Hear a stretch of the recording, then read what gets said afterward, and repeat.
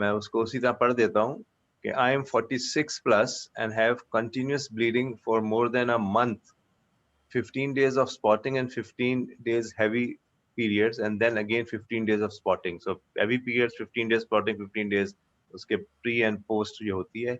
I have been on Primulet N for 5 to 7 days every month from the past 3 to 4 years. If I don't take, then the above bleeding pattern keeps on going. Is this premenopausal? یہ وہی ہے جس کا پچھلا lecture میرا تھا وہ heavy periods کے اوپر تھا. تو اس میں نے کہا تھا کہ پروجسٹرون جیسے آپ جو لے رہی ہیں پریمولٹ این جو لے رہی ہیں وہ پروجسٹرون ہے, مگر پروجسٹرون جو ہے وہ لائننگ جو یوٹرس کے اندر کی تہ ہے اس کو پتلا کرتا ہے.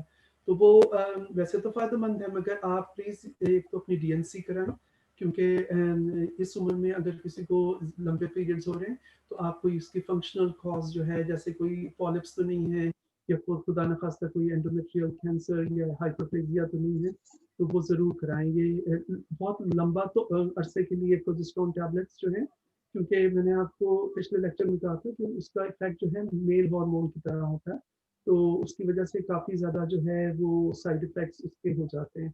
تو آپ ڈی این سی ایک تو کرائیں اتنا عرصہ اگر ہو رہی ہے پرابلم, دوسرا مرینا کوائل آپ رکھوا لیں, اس میں پروجسٹرون ہے اندر, اور پروجسٹرون جو ہے وہ لائننگ کو تھن کرتا ہے. اور اگر آپ مرینا کوائل نہیں رکھوانا چاہتے تو آپ کم از کم ڈی این سی کرا کے انڈومیٹریل ابلیشن کرا لیں. وہی جو میں نے کہا تھا پچھلے لیکچر میں کہ ہسٹریکٹمی آج کل ہم لوگ نہیں کرتے انلیس کہ بہت ہی بڑی رسولی ہے, بہت بڑا فائبرائڈ ہے یا کینسر ہے, اور آپ ابلیشن کرائیں. اتنی زیادہ بلیڈنگ سے تو آپ بہت زیادہ آپ کو لیتھارجی اور تھکن اور بہت زیادہ انرجی آپ کے اندر ویسٹ ہو رہی ہے. تو دوسرا یہ آپ آئرن ٹیبلٹ ساتھ ساتھ لیتی رہیں اور آپ کسی اسپیشلسٹ کو دکھائیں اور اس کو جلدی اس کو حل کریں. یہ اچھا نہیں ہے اتنے عرصے تک یہ پرابلم چلتی رہے. جی بالکل, میرے خیال سے یعنی اتنے عرصے سے یہ پرابلم چل رہی تو یقیناً آپ ایک گائناکالوجسٹ کو دکھا کے اس کو طور پہ میرے خیال سے ارجنٹلی مشورہ کریں تاکہ اس کے بعد فردر اس کو پروسیس کیا جا سکے جیسے ڈاکٹر یحییٰ نے کہا ہے. اس کے علاوہ کوئی اور کوشچن ہو؟ یہ ڈاکٹر عارفہ خان ہے, انہوں نے کوئی کوشچن کرنا ہے. جی السلام علیکم ڈاکٹر یحییٰ, بہت بہت شکریہ, آپ کا بہت اچھا تھا. مجھے بس یہ پوچھنا تھا کہ آپ, میں نے شاید مس کیا ہے, آپ نے بتایا ہوگا ضرور کہ پوسٹ ہسٹریکٹمی یا پوسٹ مینوپوزل یوز آف ایسٹروڈیول کا اس پہ لبیڈو پہ کیا اثر ہوتا ہے, اس کو آپ تھوڑا سا ایلیبریٹ کریں گے؟ پوسٹ مینوپوزل اگر ہسٹریکٹمی ہوئی بھی ہے پہلے, آپ کا یہ سوال ہے ان کے لیے؟ جی جی جی ہاں نہیں, اس کا بہت اس کے اتنا ہی فائدہ ہے جو عام عورت جس کا یوٹرس ہے, مگر اس میں یہی ہے کہ آپ کو پروجسٹرون نہیں لینا ہے. مگر ایسٹروجن کے تو فوائد یہی ہیں کہ آپ کی لیبیڈو سے امپروو ہوتی ہے اور آپ کی وجائنل ڈرائنس اور اوور آل آپ کا موڈ, یہ ہر چیز. اگر موڈ اچھا ہے, وجائنل ڈرائنس نہیں ہو رہی, تو آپ کی سیکس ڈرائیو بھی صحیح رہتی ہے. لیبیڈو میں اتنا ہی فائدہ ہے جو یوٹرس والے خواتین میں ہے.